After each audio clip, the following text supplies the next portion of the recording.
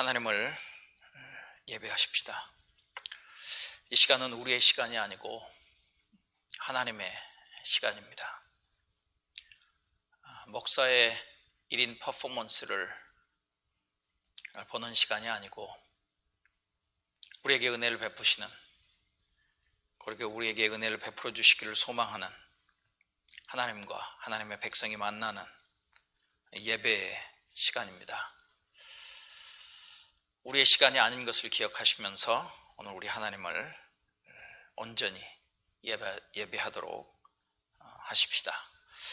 우리 다 같이 눈을 감고 하나님께서 우리를 예배로 부르시고 계심을 들어보시길 바랍니다. 주님의 교훈은 완전하여서 사람에게 생기를 북돋워 주고, 주님의 증거는 참되어서 어리석은 자를 깨우쳐 준다. 주님의 교훈은 정직하여서 마음에 기쁨을 안겨주고, 주님의 계명은 순수하여서 사람의 눈을 밝혀준다. 주님의 말씀은 티 없이 맑아서 영원토록 견고히 서 있으며, 주님의 법규는 참되어서 한결같이 바르다. 주님의 교훈은 금보다 순금보다 더 탐스럽고 꿀보다, 송이꿀보다 더 달콤하다. 그러므로 주님의 종이 그 교훈으로 경고를 받고 그것을 지키면 푸짐한 상을 받을 것이다. 그러나 어느 누가 자기 잘못을 낱낱이 알겠습니까? 미처 깨닫지 못한 죄까지도 깨끗하게 씻어 주십시오. 주님의 종이 죄인 줄 알면서도 고의로 죄를 짓지 않도록 막아주셔서 죄의 소나귀에 다시는 잡히지 않게 지켜주십시오. 그때에야 나는 온전하게 되어서 모든 끔찍한 죄악을 벗어버릴 수 있을 것입니다. 나의 반석이시오 구원자이신 주님, 내 입의 말과 내 마음의 생각이 언제나 주님의 마음에 들기를 바랍니다. 하나님 아버지, 우리에게 먼저 자신을 계시하신 하나님 아버지, 우리를 먼저 사랑하신 하나님 아버지,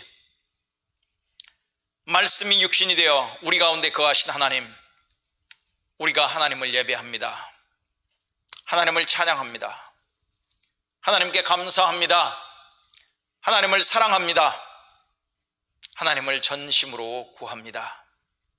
하나님 아버지, 우리가 하나님의 말씀에 귀 기울이게 하시고 하나님의 말씀을 즐거워하는 마음으로 따르게 하시옵소서. 우리가 하나님을 사랑하고 이웃을 사랑하는 삶을 살게 하시옵소서. 오늘 이 예배를 통해 우리의 영혼을, 우리의 삶을 회복시켜 주시옵소서. 우리에게 새 힘을 주시옵소서. 하나님 아버지, 우리의 예배를 기쁘게 받아 주시옵소서. 예수님의 이름으로 기도합니다. 아멘. 우리 지존하신 주님, 우리 주 예수 그리스도, 왕이신 우리의 구원자 되시는 예수 그리스도를 높이는 우리 지존하신 주님 이름 앞에 우리 함께 찬양하시겠습니다.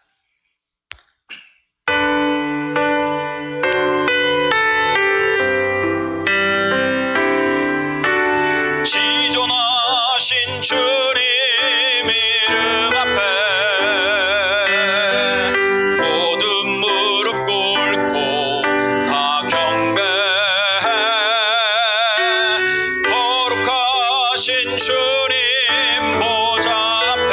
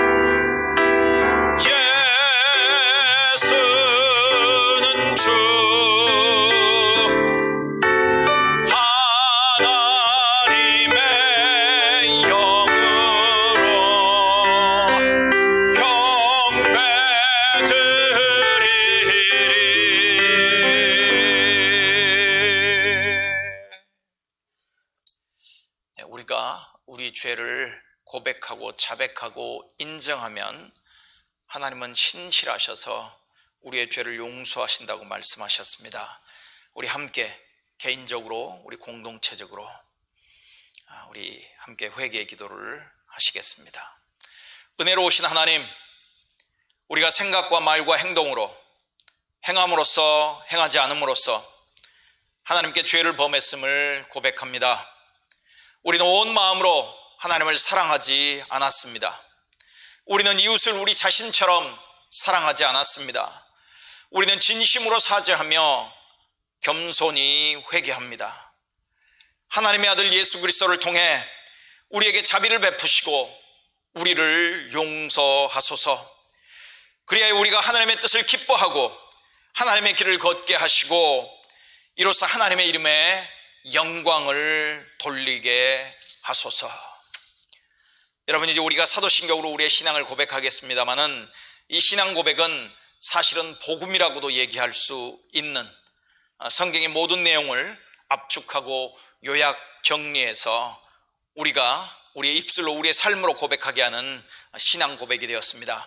우리 사도신경으로 함께 우리의 신앙을 고백하겠습니다. 나는 전능하신 아버지 하나님, 천지의 창조주를 믿습니다. 나는 그의 유일하신 아들 우리 주 예수 그리스도를 믿습니다. 그는 성령으로 잉태되어 동정녀 마리아에게서 나시고 본디오 빌라도 아래에서 고난을 받아 십자가에 못 박혀 죽으시고 장사된 지 사흘 만에 죽은 자 가운데서 다시 살아나셨으며 하늘에 오르시어 전능하신 아버지 하나님 우편에 앉아 계시다가 거기로부터 살아있는 자와 죽은 자를 심판하러 오십니다. 나는 성령을 믿으며 거룩한 공교회와 성도의 교제와 죄를 용서받는 것과 몸의 부활과 영원한 생명을 믿습니다. 아멘. 여러분, 오늘은 찬송가 204장입니다. 새 찬송가 204장인데요. 주의 말씀 듣고서 예수님의 산상수훈에 가장 마지막에 나와 있는 말씀으로 가사를 만든 찬송입니다. 우리 함께 찬양하시겠습니다.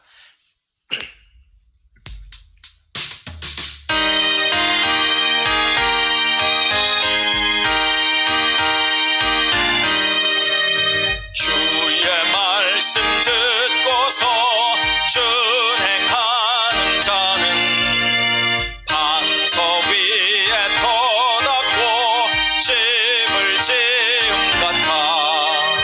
비가 오고 물 나며 바람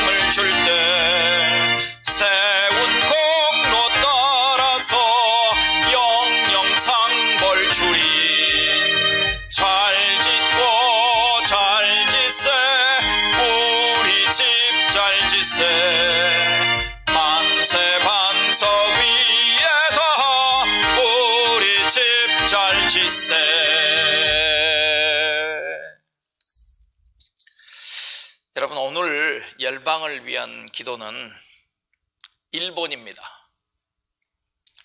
네, 글쎄요, 일본에 대한 추가적인 설명이 필요할까요? 여러분, 우리는 일본을 위해서 기도해야 할까요? 네, 하나님의 열방을 복주시는, 하나님께서 열방을 복주기를 원하시는데 그 범위에는 일본도 포함됩니다.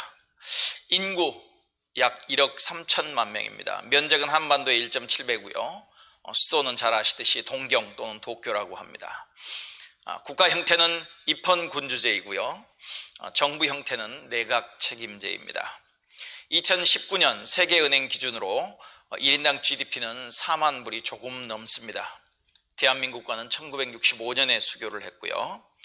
2019년 기준으로 한국을 방문한 일본인의 숫자는 327만 명, 한국인이 일본을 방문한 경우는 558만 명에 달한다고 합니다. 일본에 지금 현재 체류적인 한국인은 약 45만 명이고요. 한국에 체류하는 일본인은 약 6만 명에 해당한답니다. 2018년 기준입니다.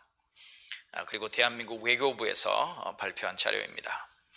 일본에는 총 36개의 36개의 종족이 살고 있습니다. 미존도 종족이 그 중에서 23개입니다. 미존도 종족 인구는 약 1억 2,300만 명으로 총 인구의 98%에 해당하는 그런 나라입니다. 정말 선교, 하나님의 은혜와 긍휼, 예수 그리스도의 복음의 메시지가 필요한 곳이죠. 종교로는 불교가 68%, 일본의 토속 종교 24%, 기독교는 2.2%에 불과합니다. 여러분, 일본의 선교 역사가 굉장히 오래되었는데도 기독교가 2.2%, 그 중에서도 복음주의 기독교는 0.6%로 이렇게 통계가 잡히는데, 문제는 복음주의 기독교가 매년 0.4%씩 역성장을 하고 있다는 것입니다. 역성장을. 여러분, 참고로 한국에는 총 23개의 종족이 살고 있습니다. 단일 민족이라고 하니까 이건 너무 의외인 것 같지만 이 23개의 종족을 제가 살펴봤더니, 예를 들면 한국에 와 살고 있는 버마인들, 카자흐스탄 사람들, 그런 모든 사람들을 이렇게 하나의 종족으로 봤을 때, 그런 사람들 하나의 각각의 종족으로 봤을 때 한국에도 총 23개의 종족이 있고, 미존도 종족이 11개나 된답니다. 인구로는 총 44만 명. 그러니까 이제는 우리가 미존도 종족을 향해서 나가는 선교도 계속해서 필요하겠지만, 이제는 찾아오는 미존도 종족을 향한 선교가 교회가 관심을 가져야 할 그런 부분이라는 생각을 다시 한번 해보게 됩니다. 여러분, 열방을 위한 기도를 할 때 꼭 여러분 기억하고 같이 기도해 주시길 바랍니다. 우리 교회에서 재정적인 지원을 하고 있는 5곳의 성경 번역 선교사가 있습니다. 그리고 인도 아가페 코타지가 있습니다. 우리 동문이기도 한 김용달 선교사의 아프리카 비사역입니다. 이거 말씀 사역이죠. 그리고 우리 교회에서 16년간 담임 사역을 하셨던 우리 김종 목사님이 하시는 멕시코 신학교 사역, 그리고 샘물결 플러스 출판사의 문서 사역, 그리고 MK 네스트라고 하는 선교사 자녀들 사역, 그리고 컴패션 아이들 사역들 여러분 꼭 기억하시고 기도해 주시길 바랍니다. 그러면 열방을 위한 기도 동영상을 통해서 우리 일본을 위한 기도에 함께 동참하시겠습니다.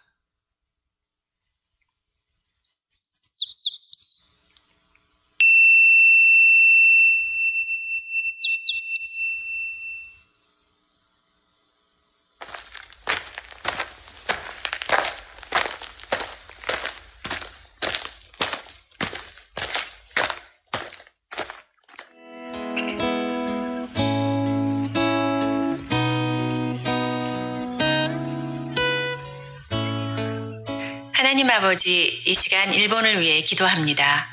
하나님께서 창조하신 아름다운 자연과 자원을 이 땅에 주심을 감사합니다. 계속되는 지진의 위협, 경제 쇠락, 깊어지는 세대 차이와 사회적 고립감 등 많은 고통이 이 땅에 있지만, 이로써 사람들이 영적인 것에 더욱 마음이 열리게 하심을 감사합니다. 70%가 넘는 일본인은 종교가 없다고 말하지만 대부분 우상숭배, 조상숭배적 불교나 다신교적 신도 예식을 따르며 그들의 정체성은 신도와 깊이 연관되어 있습니다. 성경은 일본인의 세계관에 맞지 않고 기독교인들에게도 신도와 타협하는 혼합주의가 나타나고 일본에서 세례받은 자 중 절반은 2, 3년 내에 교회를 떠납니다. 여호와의 증인, 몰몬교와 같은 유사 기독교 집단은 복음주의나 카톨릭보다 훨씬 빠른 속도로 성장하고 있습니다. 불교 평신도 운동인 창가학회는 교인이 최대 1,000만 명에 이를 정도로 성장했고 해마다 신비주의와 외계인 숭배에 기반한 수십 개의 신흥 종교가 생겨나고 있습니다. 하나님, 이 땅을 묻고 있는 영적인 어두움이 떠나가고 진리의 복음이 일본을 변화시키게 하시옵소서.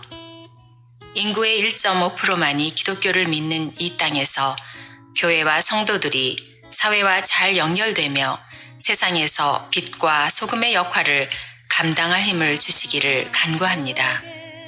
100만 명이 넘는 일본인이 미국, 브라질, 중국에 가장 많이 거주하며 해마다 1,600명 이상이 예수님을 만나서 본국으로 돌아가는데 세계에 흩어놓으신 일본인 디아스포라를 통해 이 땅에 하나님의 복음이 선포되게 하시옵소서. 일꾼이 부족하고 목회자의 70%가 50세 이상인 일본 교회에 새로운 세대의 영적 지도자들이 훈련받고 세워지기를 기도합니다. 또한 많은 외국인 사역자들과 단체들이 일본에서 복음을 전하고 있는데 이들의 오랜 인내와 헌신을 통해 이 땅에 효과적이고 전략적인 사역이 진행되기를 간구합니다. 예수 그리스도 이름으로 기도드립니다. 아멘. 恵みを花も雲も風も海も奏でよ奏でよイエスを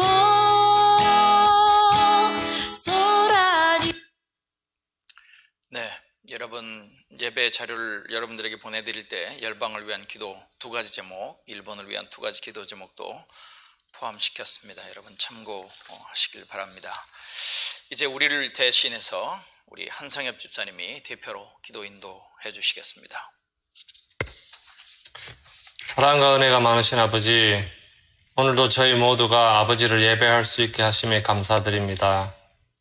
아버지, 저희가 각자의 집에서 예배를 드리지만 예수 그리스도 안에서 하나된 마음으로 아버지를 찬양하며 오늘 예배를 기뻐 받아 주옵소서.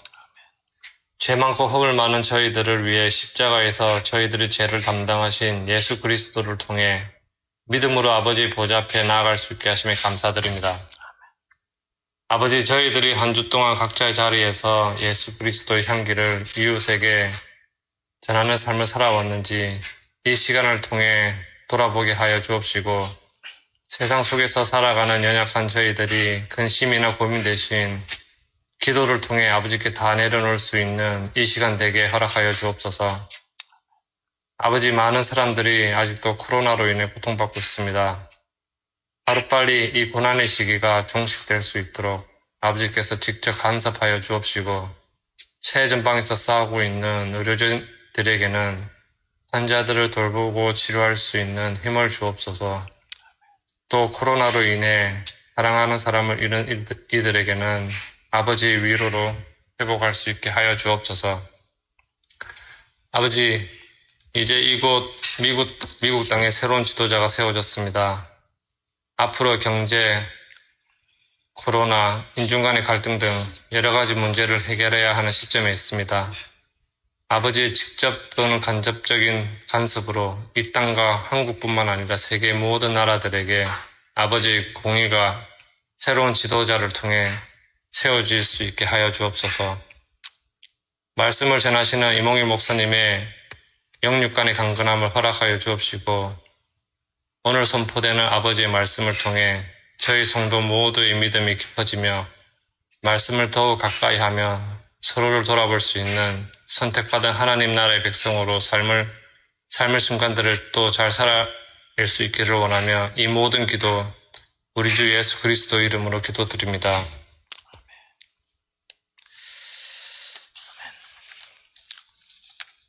네, 이제 우리가 하나님의 말씀을 들을 때입니다. 어린 사무엘이 하나님의 말씀하실 때에 처음에는 하나님의 말씀을 듣지 못합니다. 하나님인 줄 알지 못하지요. 그래서 엘리 제사장에게 가서 여러 번 얘기를 합니다. 그때 엘리 제사장이 이렇게 얘기합니다. 이번에 또 누가 말씀하시면 이렇게 얘기해라. 하나님 말씀하시옵소서, 제가 듣겠습니다. 그리고 사무엘은 그렇게 하나님 앞에 반응합니다. 하나님 말씀하십시오, 제가 듣겠습니다. 우리도 오늘 그런 마음으로 하나님 말씀을 듣는 시간을 갖겠습니다. 오늘 본문은 시편 1편입니다.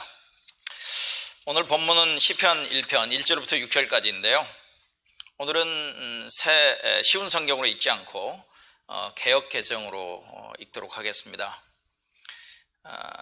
시편 1편이 쉬운 성경이 쉽게는 번역되어 있습니다만은 좀 특별히 시편 1편은 조금 의미가 분명하게 잘 절단되지 않을 수도 있겠다 싶어서 개역 개정으로 읽겠습니다. 하나님 말씀입니다.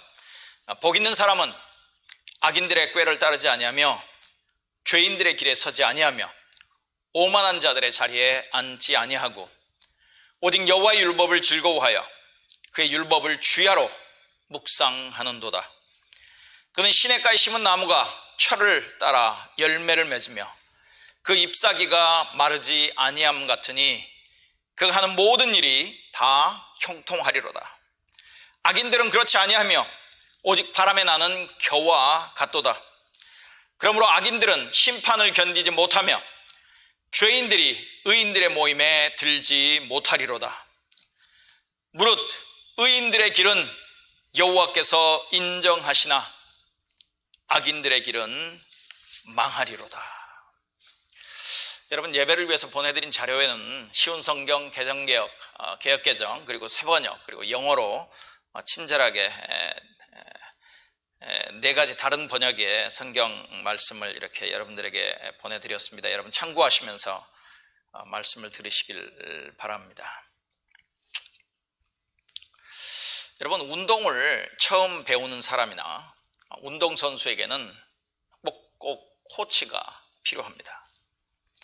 그것도 좋은 코치가 필요하죠. 골프도 그렇고 테니스도 그렇고 탁구도 그렇고 야구도 그렇습니다.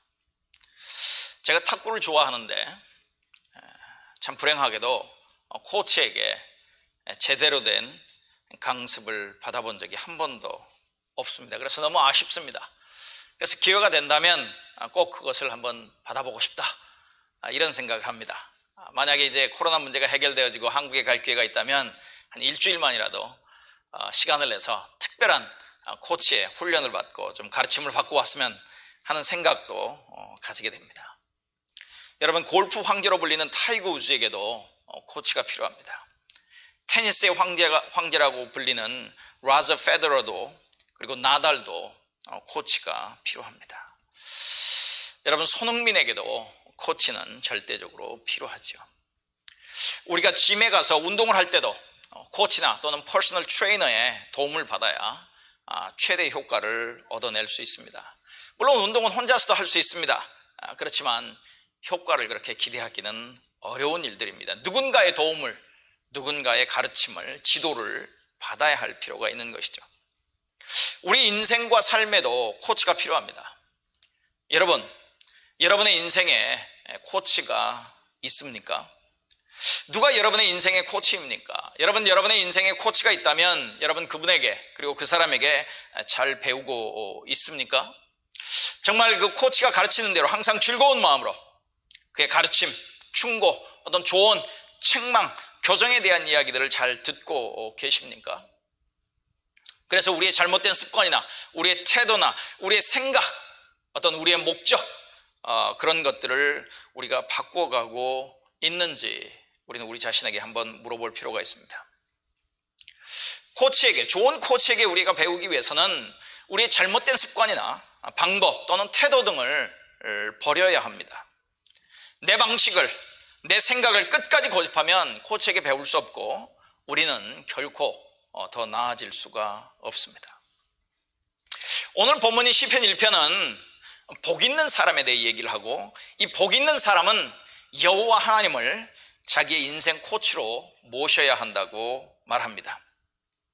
시편 1편은 하나님께서 하나님의 백성 각각의 개개인에게, 그리고 그 개개인이 모인 하나님의 백성 공동체에게 말씀하고 있다. 우리는 그렇게 이해해야 합니다. 이 시편은 총 149편의 시편 전체의 서론에 해당하는 시편이라고 볼 수 있습니다.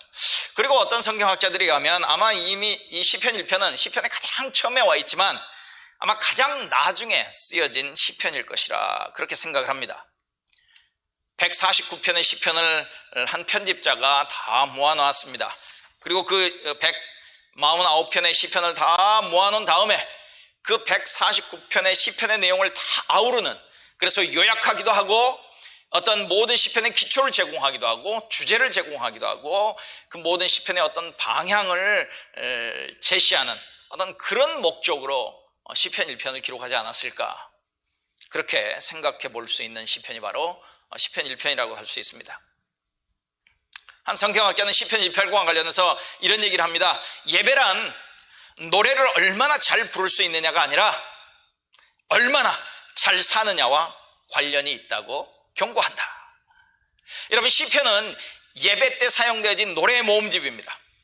그런데 그 시편 1편이 149편의 요약 정리라고도 얘기할 수 있고 어떤 주제와 방향을 제시하는 말씀이라고도 이해할 수 있다면, 시편 1편은 우리가 예배에서 노래를 얼마나 잘 부르느냐, 그게 문제가 아니라 우리가 얼마나 잘 살아내느냐와 관련이 있다고 하는 말씀, 그것이 바로 시편 1편의 내용이라고 하는 것이죠. 여러분, 시편 1편을 잠시 한번 관찰을 해보면 이렇습니다. 여기에는 두 종류의 사람을 얘기합니다. 두 종류의 삶을 대조적으로 얘기합니다. 두 종류의 삶의 결과들을 극명하게 대조하고 있는 모습을 볼 수 있습니다. 예를 들면 복 있는 사람 또는 의인과 악인, 죄인, 오만한 사람과 대조합니다. 시냇가에 심겨진 나무와 같은 삶, 그리고 바람에 날리는 겨와 같은 삶을 대조합니다. 여호와 하나님의 말씀을 묵상하는 삶과 그 여호와 하나님을 그리고 그의 말씀을 무시하고 외면하고 조롱하는 자의 삶을 대조하고 있습니다.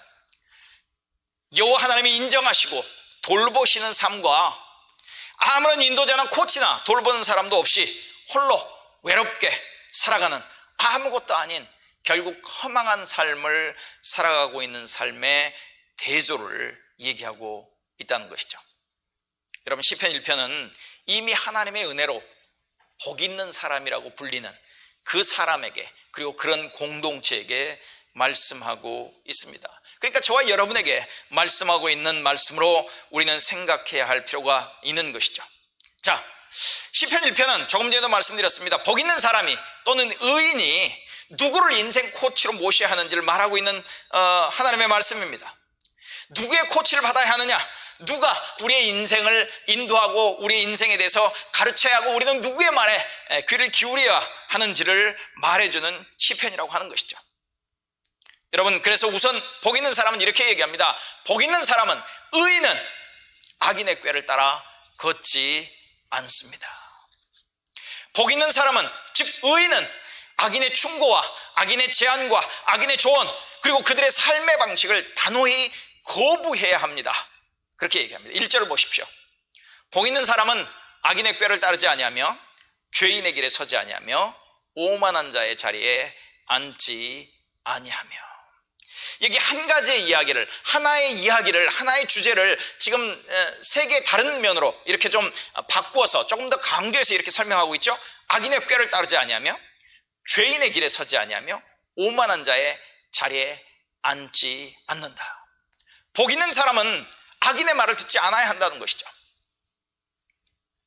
예를 들어 보겠습니다. 여러분, 타이거 우즈가 골프 왕조로 유명하죠.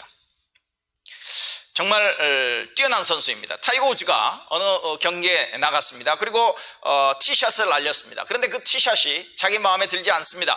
표정을 보니 그렇고 여러 가지 그 행동을 보니까 그렇지 정말 그 샷이 아마 잘못된 샷이었다라고 생각을 합니다. 그리고 왜 그 잘못된 샷을 날렸는지 고민하고 궁금해하는 어떤 표정을 짓습니다. 그런데 그런 타이거 우즈의 표정을 보고 갤러리 중에 그 옆에 지켜보던 그 갤러리 중에 한 사람이 그에게 조언을 합니다. 그리고 그에게 조언을 했다면 타이거 우즈가 그 조언을 들어야 하는 것이겠습니까? 아마 아닐 겁니다. 절대 아닐 겁니다. 절대 듣지 않을 겁니다. 타이거 우즈는 나중에 그의 코치가 평가해주고 분석해주고 조언해주는 그 이야기를 아마 들어야 할 것입니다. 갤러리의 말을 들어야 하는 것이 아니죠. 복 있는 사람, 이미 하나님의 은혜로 하나님의 나라에 들어온 하나님의 백성이 된, 우리의 말로 얘기하면 예수 그리스도의 제자가 된 사람이 첫 번째로 해야 할 일은 악인의 꾀를 따라 살지 않는 것입니다. 그들의 충고와 제안과 조언을 듣지 않아야 하는 것입니다. 여러분, 여기서 얘기하는 악인, 또 다른 말로 얘기하면 죄인이라고도 표현하고 있고 오만한 사람이라고도 표현하고 있는 이 악인은 도대체 누구일까요? 악인은 거만한 자입니다. 악인은 악합니다. 여호와 하나님을 배신하고 멸시하는 자입니다. 하나님을 찾지도 않고 그들의 머릿속에는 도무지 하나님이, 그리고 하나님의 말씀이 계시지 않습니다. 하나님의 임재하고는 상관없이 살아가는 자들입니다. 그래서 하나님은 우리를 잊어버렸어, 무슨 일이 일어나고 있는지 보고 계시지 않아 라고 얘기하면서 하나님의 어떤 존재와 임재와 간섭을 완전히 외면하고 부인하고 부정해버리고 배제시켜버리는 사람을 가리켜서 얘기합니다. 악인은, 죄인은, 오만한 자는 하나님의 가르침을 미워합니다. 그리고 여호와 하나님이 하시는 말씀에 등을 돌리는 사람입니다. 그렇기 때문에 복 있는 사람은 우선적으로 악인의 말을 듣지 않아야 합니다. 악인은 죄인입니다. 악인은 오만한 사람입니다. 오만한 사람은 자기의 방식이 굳어져 다른 모든 사람을 경멸하는 사람입니다. 아무런 권위도 인정하지 않습니다. 오직 자신들의 똑똑함만을 믿는 사람들입니다. 누구의 충고도 듣지 않습니다. 오만한 자, 악한 자는 하나님과 그의 말씀에 대한 배려가 전혀 없는 사람을 얘기합니다. 그렇기 때문에 복 있는 자는, 즉 의인은 인생의 목적이나 인생의 방향이나 인생의 의미 등에 대해서 악인의 충고나 악인의 제안이나 악인의 조언이나 악인의 꾀라고 얘기할 수 있는 그런 것들에 귀 기울이지 않아야 하고 그들의 라이프 스타일, 그들의 삶의 방식을 따르지 않아야 하는 것이죠. 대신에 복 있는 사람은, 대신에 의인은, 대신 우리는, 하나님 나라 백성은, 예수를 따르는 우리는 목자 되시는 분, 그분의 음성을 들어야 하는 것입니다. 그래서 오늘 시편 1편의 말씀을 사도 바울은 이렇게 바꾸어서 얘기하죠. 너희는 이 세대를 본받지 마라. 너희는 이 세대를 본받지 마라. 이 세대를 본받는 대신에 너희의 마음, 너의 생각, 너의 가치관을 바꿔라. 새롭게 하여라. 그래서 변화를 받아라. 그래야 하나님의 선하시고 기뻐하시고 온전하신 뜻이 무엇인지를 알고 우리는 그렇게 살아갈 수 있는 것이다. 다른 말로 얘기하면 하나님을 인생의 코치로 모시라고 하는 것이죠. 그런데 여러분, 우리 주위에는 참으로 우리 인생은 이렇게 살아야 한다라고 충고하고 제안하고 가르치려는 사람들이 참 많습니다.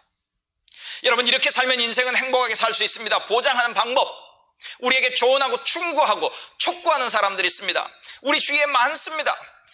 여러분, 요즘은 유튜브 때문에 아니면 많은 개인적인 어떤 방송 때문에 SNS를 통해서 우리에게 정말 수없이 우리에게 제시되고 제한되어지고 우리를 촉구하고 있는 내용들을 많이 보죠. 어떤 때는 통계를 제시합니다. 그래서 자신의 충고, 자신의 제안이 맞다는 것을 입증하려고 하죠. 어떤 때는 사회학이나 아니면 어떤 심리학이나 어떤 최근의 어떤 연구 결과들을 인용합니다. 자신의 학벌을 제시합니다. 자신의 스펙을 얘기하죠. 자신의 경력을 얘기합니다. 자신의 학위를 내세우기도 하죠. 그러면서 여러분, 인생은 이렇게 살아야 합니다라고 얘기하는 그 충고, 제안, 그런데 그들의 생각 속에, 그들의 마음 속에, 그들의 계획 속에, 그들의 뜻 속에 하나님이 계시지 않다면, 하나님의 말씀이 없다면, 오히려 하나님을 배제하고 하나님을 무시한다면 우리는 그들의 음성을 들어서는 안 된다는 것이죠. 이런 사람들의 말, 이런 사람들의 충고, 이런 사람들의 제안을 듣기 전에 우리는 먼저 하나님의 말씀에 귀 기울여야 합니다. 여러분, 시편 119편은 성경에서 아마 가장 긴 챕터일 겁니다. 시편에서도 가장 길 것입니다. 그런데 그 시편 119편은 하나님의 말씀에 관한 내용으로 가득 차 있습니다. 그 중에서 특별히 97절부터 100절까지를 보면 이렇습니다. 전 참 이 말씀을 좋아합니다. 여러분 잘 들어보십시오. 시편 119편 97절부터 100절까지입니다. 주님의 계명이, 여기서 계명을 전부 말씀으로 생각하시면 좋겠습니다. 주님의 계명이 언제나 나와 함께 있으므로 그 계명으로 주님께서는 나를 내 원수들보다 더 지혜롭게 해주십니다. 내 원수들보다 더 지혜롭게 해주십니다. 내가 주님의 증거를 늘 생각하므로 내가 내 스승들보다 더 지혜롭게 되었습니다. 내가 주님의 법도를 따름으로 노인들보다 더 슬기로워졌습니다. 주님의 법도로 내가 슬기로워지니 거짓된 길은 어떤 길이든지 미워합니다. 주님의 말씀은 내 발의 등이요, 주님의 말씀은 내 발의 등불이요 내 길의 빛입니다. 원수들보다 더 지혜롭게 하고 스승들보다 더 지혜롭게 하고 노인들, 인생을 알고 있는, 인생을 살아오면서 그 안에서 터득한 지혜를 가지고 있는 그런 노인들보다도 더 슬기로워질 수 있도록 우리를 만들어줄 수 있는 게 하나님의 말씀이라고 하는 것이죠. 그래서 이 유명한 말씀을 하고 있지 않습니까? 주님의 말씀은 내 발의 등불이요 내 길의 빛입니다. 여러분, 복 있는 사람은 악인의 꾀를 따르지 않습니다. 대신에 여호와 하나님을 인생의 코치로 모셔야 합니다. 항상, 그리고 즐거운 마음으로, 기쁜 마음으로 우리의 코치 되시는 여호와 하나님의 음성에 귀 기울이는 삶, 그게 바로 복 있는 사람이 사는 삶이라고 하는 것이죠. 여호와를 가까이 하는 것입니다. 항상 즐거운 마음으로 그분께 순종하는 것입니다. 여러분, 2절을 한번 보십시오. 오직 여호와의 율법을 즐거워하여 그 율법을 주야로 묵상하는도다.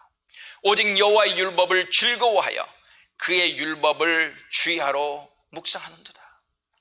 복 있는 사람은, 예수 그리스도의 제자는 하나님께 집중하는 겁니다. 하나님의 음성을 듣는 것입니다. 여러분, 여기서 하나님의 음성을 듣는다는 것을 무슨 특별하고 신비한 어떤 경험적인 것으로 여러분 생각하지 않기 바랍니다. 여기서의 하나님의 음성을 듣는다는 것은 다른 것이 아닙니다. 토라, 즉 하나님의 말씀을 통해서 자신을 계시한 하나님의 음성을 듣는 것을 말하는 것입니다.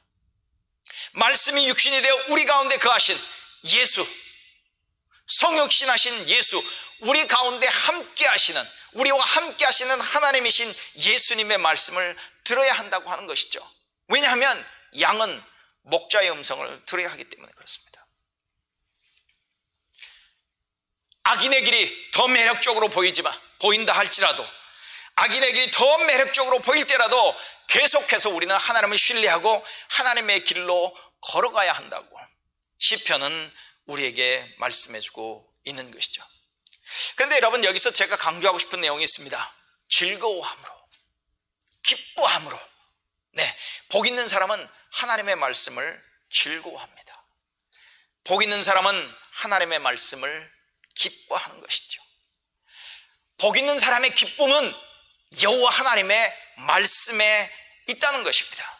우리말은 여호와 하나님, 여호와의 율법을 즐거워하여 이렇게 되어 있지만 영어로 보면 이렇게 되어 있습니다. His delight is in the law of the Lord. 그러니까 그의 기쁨이, 그의 즐거움이 여호와 하나님의 율법에 있다고 하는 것이죠. 여호와 하나님의 율법을 듣고 배우고 공부하고 묵상하고 순종하는 것, 그것이 바로 그의 기쁨이라는 것입니다. 그래서 어떤 영어 성경에는 이렇게도 번역했어요. He finds pleasure in the law of the Lord. 여호와 하나님의 말씀 안에서 그는 기쁨을 찾았다는 것이죠. 복 있는 사람은 악인의 꾀를 쫓지 아니하고 오히려 반대로 그와는 대조적으로 여호와 하나님의 음성을 듣는 사람, 그 사람이 바로 복 있는 사람이라고 하는 것이죠. 그렇기 때문에 2절의 첫 단어를 우리 성경은 오직 여호와의 율법을 즐거워하여 이렇게 번역하고 있습니다만은 그냥 오직이라고 하는 것을 대신에, 아니면 그러나 어떤 이런 말로 번역하는 것이 오히려 더 나을 것 같아 보입니다. 복 있는 사람의 기쁨과 복 있는 사람의 즐거움은 여호와 하나님의 율법, 여호와 하나님의 토라에 있다고 하는 것이죠. 여러분, 하나님의 말씀에 대한 우리의 태도가 정말 이렇습니까? 하나님의 말씀을 듣고 배우고 공부하고 반복적으로 되뇌이고 그 말에 순종하는 우리의 태도가 기쁨입니까? 즐거움입니까? 우리의 기쁨이 정말 하나님의 말씀에 있습니까? 우리의 기쁨은 어디에 있는지 우리는 우리에게 한번 이번 기회에 질문을 해볼 필요가 있습니다. 우리의 질문, 우리의 기쁨, 여러분의 기쁨은 어디에 있습니까? 인터넷 쇼핑에 있습니까? 아니면 드라마 시청에 있습니까? 아니면 음식에 있습니까?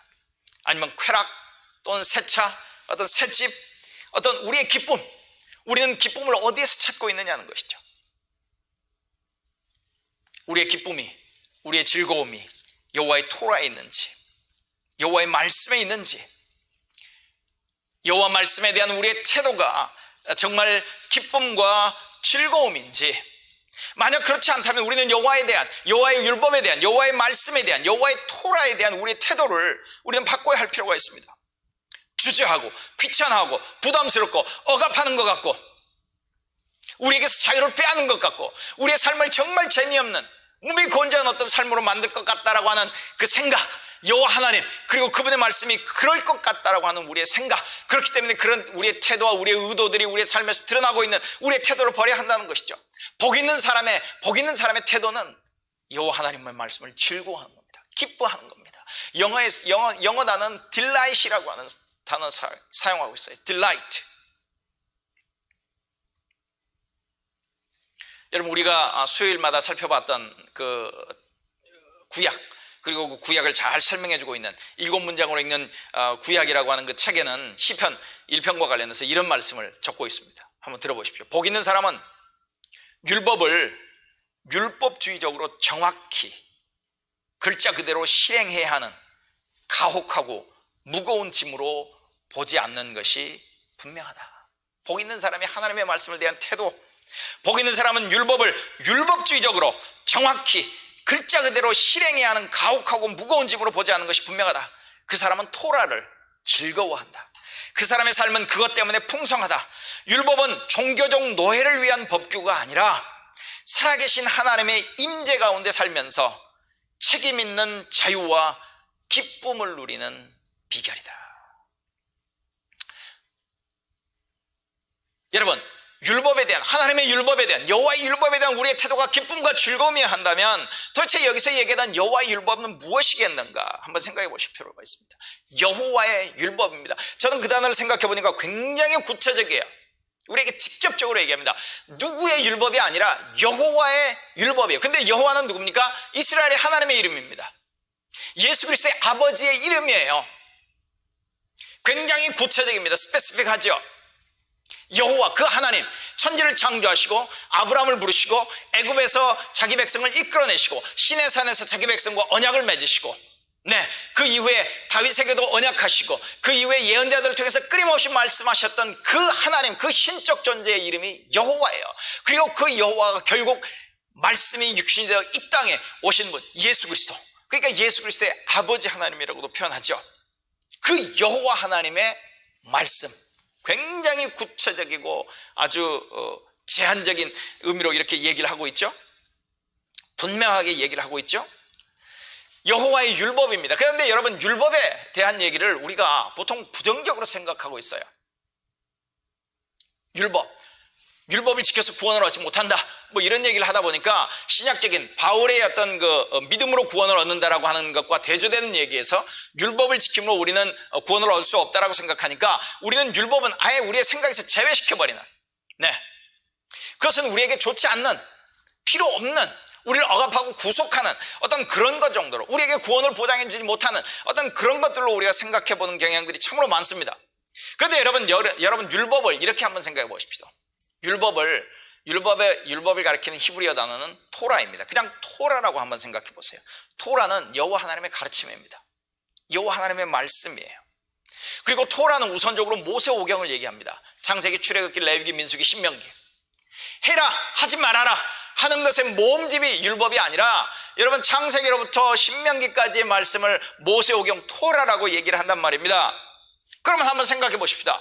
모세오경이 토라고, 그 다음에 토라는 더 확대하면 구약성경 전체 이야기를 토라라고 얘기도 하고, 그 다음에 더 확대를 시키면 구약과 신약에 있는 하나님의 말씀, 우리가 가지고 있는 이 성경 말씀, 성서 말씀을 가리켜서 우리는 토라라고 얘기할 수 있다는 것이죠. 그리고 또 한번 생각해 보십시다. 만약 토라를 모세오경이라고 우리가 생각을 한다면 모세오경이 지금 우리에게 말씀하고 있는 바가 무엇이냐는 거예요. 여러분, 그 모세오경에는 해라, 하지 말아라의 얘기만 있는 게 아닙니다. 하나님의 천지 창조 이야기가 있어요. 왜 창조하셨는지, 하나님의 인간의 위치를 어떻게 주셨는지, 인간은 어떤 존재인지, 하나님의 형상대로 지음을 받았다는 존재라고 하는 것, 하나님이 명령하시고 하나님과의 동역자로 창조함을 받았다고 하는 것, 그런데 그 하나님에게 불순종하고 하나님을 외면하고 제외시켜버렸던 인간, 그리고 죄가 세상에 들어오고 죄가 지배하고 다스렸던 세상, 그 모든 것들에 대한 이야기가 토라예요. 하지 마라만이 아니라는 것이죠. 아브라함을 부르십니다. 하나님의 구원의 프로젝트가 시작되어지죠. 하나님이 어떻게 그 구원을 이루어 가시는지, 하나님의 그 구원에 대한 약속을 어떻게 이루어 가시는지, 하나님의 그 구원의 목적을 위해서 열방을 복주기를 원하는 그 일을 위해서 하나님은 누구를 부르셨는지, 왜 부르셨는지, 그들이 부름을 받을 때 어떤 존재였는지, 그래서 그들은 어떤 삶을 살아가야 하는지, 그 모든 것에 대한 이야기가 토라라는 말씀입니다. 그냥 십계명과 같이 해라, 하지 말아라, 그 정도 이야기가 토라가 아닙니다. 토라의 범위는 훨씬 커요. 여러분, 하나님이 토라를 주실 때 시내 산에서 자기 백성에게 어떤 시점에서 주셨습니까? 애굽에서 구원해내신 다음에, 애굽에서 구원해내서 나는 너희 하나님, 너희는 내 백성이다, 너희는 이제 이런 목적을 가지고 살아가야 한다, 너희와 나는 아주 특별한 관계다, 너희는 이런 사명, 이런 정체성이 있다, 그러니까 너희는 이렇게 살아라고 주신, 정말 사랑하고 좋은 의도로 주셨던 게 토라예요. 그리고 이스라엘 백성들은 그것을 알았기 때문에 하나님이 과거에 어떤 일을 자기들에게 행하셨고 지금 이 시점에서 토라를 주신 하나님의 의도와 목적, 그런 것을 너무나도 잘 알았기 때문에 하나님 좋습니다, 우리가 그렇게 살겠습니다 라고 했던, 그게 바로 토라입니다. 여러분, 모세오경, 구약성경 전체, 신약성경 전체까지 그게 바로 토라라고 하는 것이죠. 그래서 여러분, 오늘 예배로 부르심에서 제가 시편 19편의 말씀을 읽었습니다. 한번 들어보십시오. 이렇게 얘기해요. 주님의 교훈은, 즉 토라라고 생각하십시오.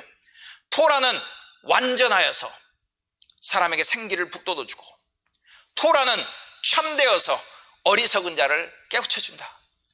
토라는 정직하여서 마음에 기쁨을 안겨주고, 토라는 순수하여서 사람의 눈을 밝혀준다.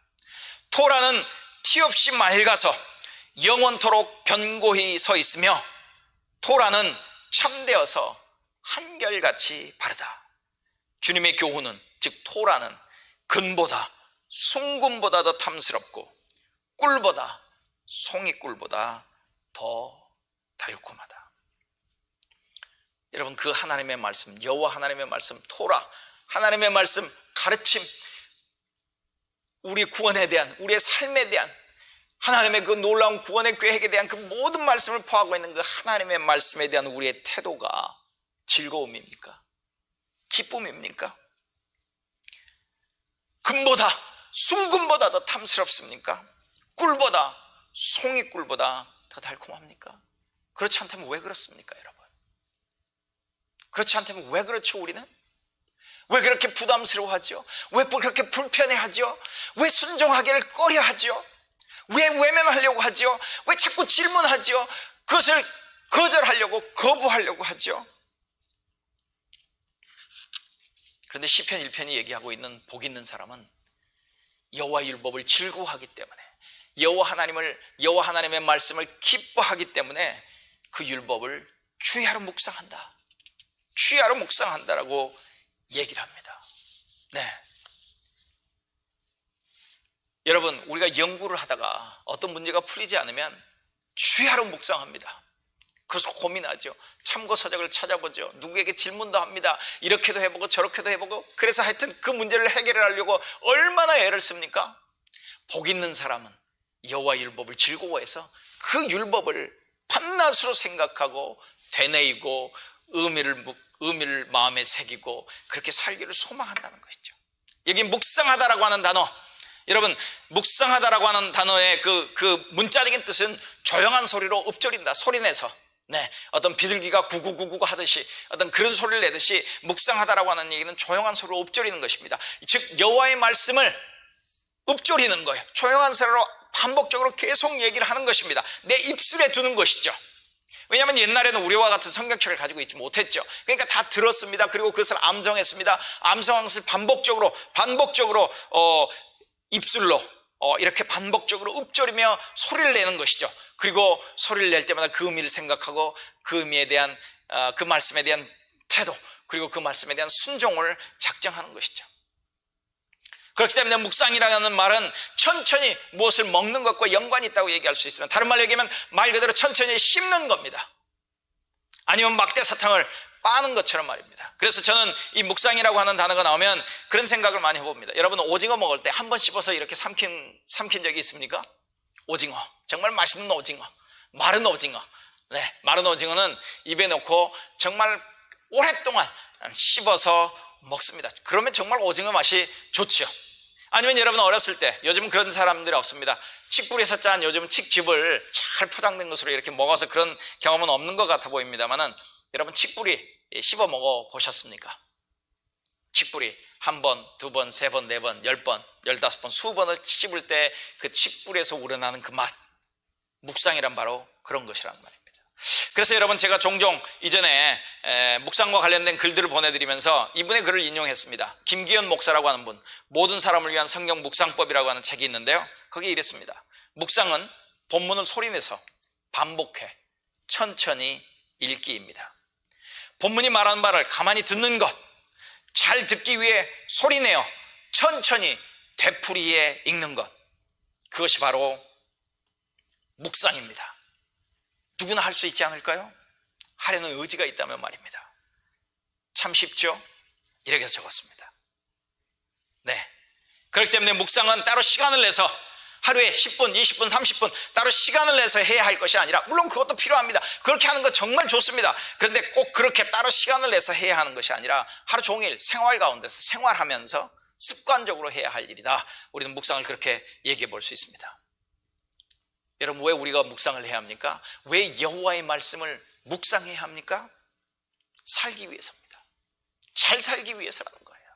우리의 인생을 살기 위해서, 우리의 인생을 잘 살기 위해서 우리는 묵상을 해야 한다는 겁니다. 묵상이라고 하는 것은 하나님을 우리의 인생 코치로 받아들이는 것과 마찬가지입니다. 그리고 그 하나님의 인생 코치인 하나님의 음성을 듣는 거죠. 그분의 조언과 충고와 어떤 가이드라인을 우리는 듣는 것입니다. 책망을 듣는 것이죠. 그래서 조금 전에 인용했던 그 책에서도 똑같이 얘기합니다. 묵상을 왜 하느냐? 묵상은 살기 위해 합니다. 묵상이 저를 살렸습니다. 묵상이 교회를 살렸습니다. 묵상이 교회를 살립니다. 묵상이 사회를 살립니다. 묵상은 관계를 살립니다. 살기 위해서, 잘 살기 위해서, 그리고 살리기 위해서, 잘 살리기 위해서 우리는 묵상을 합니다. 여러분, 묵상은 하나님을 인생 코치로 받아들이고 그분의 가르침에 귀 기울이는 것이 바로 묵상입니다. 그렇기 때문에 묵상은 그저 생각하고 끝나는 것이 아니라 묵상의 끝은 순종입니다. 귀 기울여 듣고 행하는 것이죠. 예수님께서도 산상수 마지막 부분에서 이렇게 얘기하잖아요. 내 말을 듣고 행하는 사람은. 마태복음 5장 6장 7절이 예수님의 가르침의 모음집인데, 산상수훈인데, 산에서 주신 말씀인데, 가장 뛰어난 말씀의 모음집인데, 그 말씀의 모음집의 끝이 어떻게 끝나냐면, 내 말을 듣고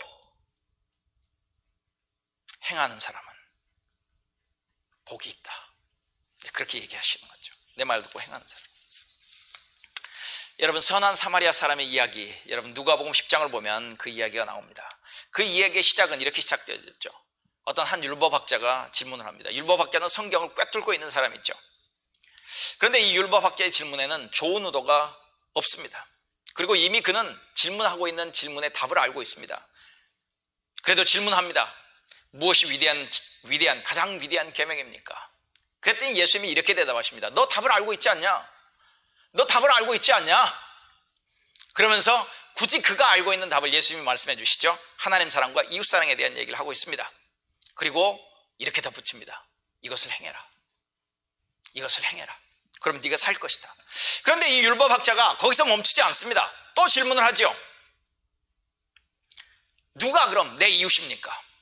그리고 예수님께서 선한 사마리아 사람의 비유를 말씀해 주시고 그 말씀의 마지막에 가서도 이렇게 얘기합니다. 너도 가서 이렇게 해라. 너도 가서 이렇게 해라. 하라. 행해라. 다른 말로 얘기하면 너 알고 있지 않냐? 그러니까 그대로 행해라. 자꾸 질문만 하지 말아라. 질문하면서 자꾸 회피하려고 하지 말아라. 외면하려고 하지 말아라. 여러분, 우리가 질문할 때 정말 궁금해서 알고 싶어서 질문할 때도 있습니다. 그런데 어떤 경우는 회피하고 싶어서, 그것을 부정하고 싶어서, 거부하고 싶어서, 외면하고 싶어서, 그렇게 하고 싶지 않아서 자꾸 핑계를 대고 이런 질문 저런 질문을 계속해서 해가는 모습을 볼 수 있죠. 여러분, 성경 공부를 하다 보면, 아니면 어떤 사람과 대화를 나누다 보면 그런 경우가 있습니다. 정말 진지하게 알고 싶어서 질문하는 질문이 있는가 하면 어떤 경우는 자꾸 회피하는 거예요. 그건 몰라서 질문하는 게 아닙니다. 어느 정도 알고 있어요. 어떻게 상대방이 대답할 것도 알고 있습니다. 그런데 끊임없이 부인하고 외면하고 회피하고 도망가기 위해서 질문하고 있는 사람, 율법학자가 바로 그런 사람이었습니다. 너 알고 있지 않냐? 그건 몰랐을 리 없습니다. 알고 있으니까 예수님이 말씀하시면서 너 그렇게 해라. 또 질문을 합니다. 또 회피하려고 하죠. 그랬더니 예수님이 선한 사마리아 사람의 비유를 얘기하시면서 자, 너도 가서 이와 같이 해라 라고 말씀하는 것입니다. 여러분, 복 있는 사람은, 예수 그리스도의 제자는 악인의 꾀를 쫓지 않습니다. 그들의 삶의 방식을 따라가지 않습니다. 그들의 제안, 그들의 조언을 듣지 않습니다. 오히려 그들의 기쁨은 여호와 하나님의 말씀에 있습니다. 그리고 그 말씀을 주야로 묵상하는 것입니다. 하나님을 그들의 인생의 코치로 모시는 것이죠. 즐거운 마음으로, 기쁜 마음으로 코치의 이야기를 받아들이는 겁니다. 그런 사람을 가리켜서 오늘 시편 1편은 아주 너무나도 아름다운 강력한 이미지를 얘기합니다. 그런 사람의 삶은, 그런 사람의 인생은 시냇가에 심기운 나무와 같다. 시냇가에 심기운 나무와 같다. 그런데 하나님이 없고 하나님을 배제하고 거만하고 오만하는 그의 생각과 삶에는 하나님이 없는 그런 악인의 삶은 바람에 이리저리 흩날려버리는, 바람에 이리저리 정처 없이 목적도 없이 날려버리는 겨와 같다. 여러분, 한번 시냇가에 심기운 나무의 이미지와 바람에 날리는 겨의 이미지를 한번 대조적으로 한번 생각해 보시기 바랍니다. 극명하게 대조되죠. 이 두 종류의 삶의 이미지가 굉장히 극명합니다. 시냇가에 심기운 나무입니다. 보세요, 어떻게 설명하고 있는가. 시냇가에 심기운 나무입니다. 때에 따라서 열매를 맺을 때 열매를 풍성하게 맺습니다. 잎사귀도 마르지 않습니다. 여기에 반해서 겨와 같은 삶, 바람이 불면 이리저리 날려버리는, 뿌리도 없고 열매도 없고 아무 쓸모짜기도 없는, 아무것도 아닌 허망한 삶.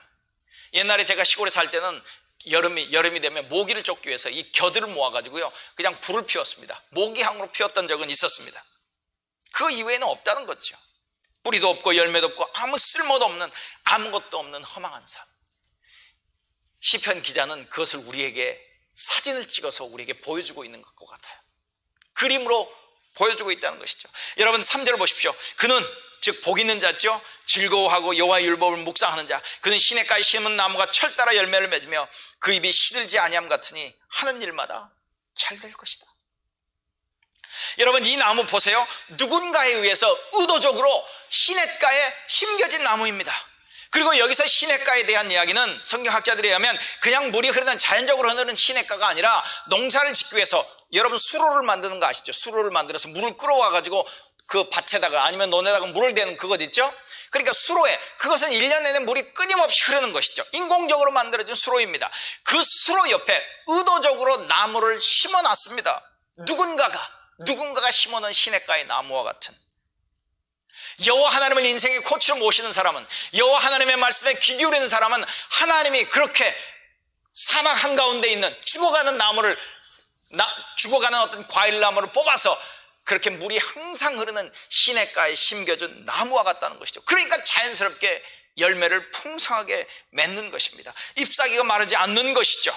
그래서 하는 일이 형통하다라고 할 때는 그의 삶 전반적인 어떤 그림을 그려주고 있는 것으로 우리는 생각해 볼 필요가 있습니다.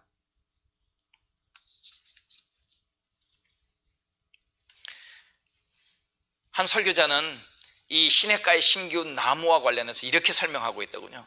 건조한 기후에, 메마른 기후의 중동 지역에서 기운찬 삶의 대표적인 예가 시냇가에 심겨진 나무다. 그리고 그 시냇가에 심겨진 나무 이 복 있는 자를요, 삶을 6절은 또 이렇게 설명합니다. 의인의 길은 주님께서 인정하시지만 악인의 길은 망할 것이다.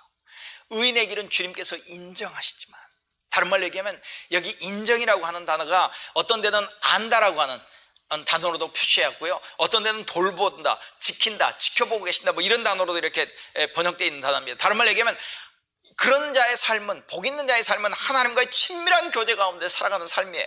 하나님께서 그의 삶을 아시는 거예요. 하나님께서 돌보시는 삶이에요. 하나님께서 인정하시는 삶이에요. 농사꾼이라고 우리가 하나님을 비유한다면 농사꾼의 그 모든 지식과 기술을 가지고 그 나무를 돌보고 재배하는 그런 삶을 살아간다는 겁니다. 그런데 여러분, 악인의 삶은요, 겨와 같습니다. 쭉정이와 같아요. 4절부터 5절을 한번 보십시오. 얼마나 비참한지. 악인들은 그렇지 아니하며 오직 바람에 나는 겨와 같도다. 그러나 악인은 그렇지 않으니 한낮 바람에 흩날리는 쭉정이와 같다. 그러므로 악인은 심판받을 때 몸을 가누지 못하며 죄인은 의인의 모임에 참여하지 못한다. 여러분, 시냇가에 심기운 풍성한 열매를 맺는 나무와 바람에 날리는 겨를 한번 비교해 보십시오. 대조해 보십시오. 그래서 이 부분과 관련해서 유진 피러스는요, 이렇게 설명을 했다군요. 너무 잘 설명을 했습니다. 한번 들어보십시오. 악인의 삶, 어떤 삶이냐. 바람에 날아가 버리는 겨는 아무것도 없는 상태를 가장 근접하게 묘사해 준다. 무게도 의미도 쓰임도 없다. 의미도 책임도 없는 악인들은 아무런 존재감이 없다. 바람에 떠다닐 뿐이다. 뿌리도 없고 생명도 없다. 그들에게는 아무것도 없고 오직 무엇이 아니라고만 정의될 수 있을 뿐이다. 여러분, 어떤 삶의 모습을 여러분의 마음에 새기길 원하십니까? 지금 우리의 삶은 어디에 가깝습니까? 시냇가에 심기운 나무입니까? 아니면 바람에 날리는 겨입니까? 어떤 삶을 우리는 선택할 것입니까? 누구를 인생 코치로 모시겠습니까? 여러분 지금까지 살아온 인생에 누가 여러분의 인생을 이렇게 살라고 코치해 주셨습니까? 여러분 누구에게 배우셨습니까? 그리고 정말 그 인생 코치가 믿을만 합니까? 신뢰할 만합니까? 오히려 시편 1편은 여기에 최고의 인생 코치가 있다. 그의 코치를 받아 사는 삶은 시냇가에 심기운 나무와 같다. 여러분, 그런 인생을 살지 않으시겠습니까? 하나님의 은혜로 구원받은 자라면, 복 있는 자라고 선언받은 자라면 마땅히 그런 삶을 살아야 하지 않겠습니까? 라고 하는, 우리에게 제안하고 우리에게 같이 그런 삶을 살자고 동참하기를 권하는 어떤 그런 시편 기자의 말, 그리고 나를 너희의 인생 코치로 받아들이라고 얘기하시는 그 하나님의 음성, 하나님의 제안이 지금 오늘 우리 앞에 펼쳐지고 있는 게 아니냐는 것입니다. 여러분, 항상 즐거운 마음으로 우리의 최고의 인생 코치이신 하나님께, 그리고 그분의 말씀을 통해 우리의 인생을 배우고 우리의 인생을 살아가는 저와 여러분이 되기를 바랍니다. 우리 잠시 눈을 감고 들은 말씀을 되새겨보는 그런 시간들을 우리 잠시 갖도록 하겠습니다. 여러분, 시냇가에 심기운 나무,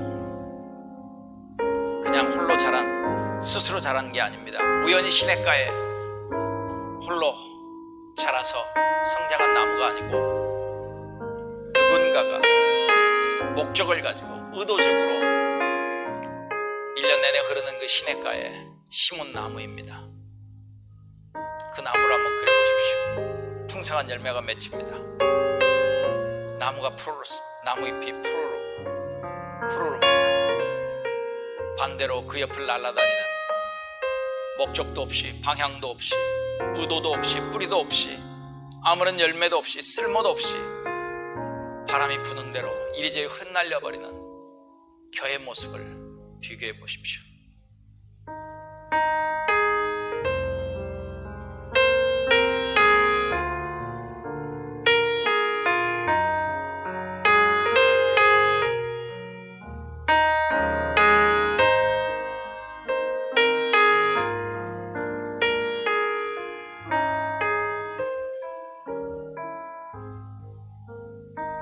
만약 한국의 유남규 선수가, 김택수 선수가 저에게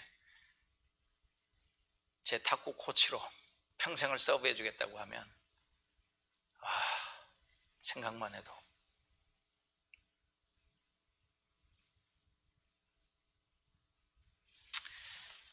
하나님 아버지, 우리가 기쁘고 즐거운 마음으로 하나님을, 우리 주 예수 그리스도를 우리의 인생 코치로 모셔드리고 그 코치의 인도를 따라 살아가게 하여 주시옵소서. 이제는 우리 주 예수 그리스도의 은혜와 하나님 아버지의 사랑하심과 성령의 교제하심이 항상 즐겁고 기쁜 마음으로 하나님의 코치를 받아 인생을 살기를 소망하는 우리 성도들 위해, 이 교회 위해 지금부터 영원토록 함께 하시기를 예수 그리스도의 이름을 의지하여 간절히 축원하옵나이다. 아멘. 네, 여러분, 교회 소식 보겠습니다. 여러분, 우리 그 아가페 인도 아가페 코타지 프로그램에 여러분 다음 주에 또 뵙겠습니다.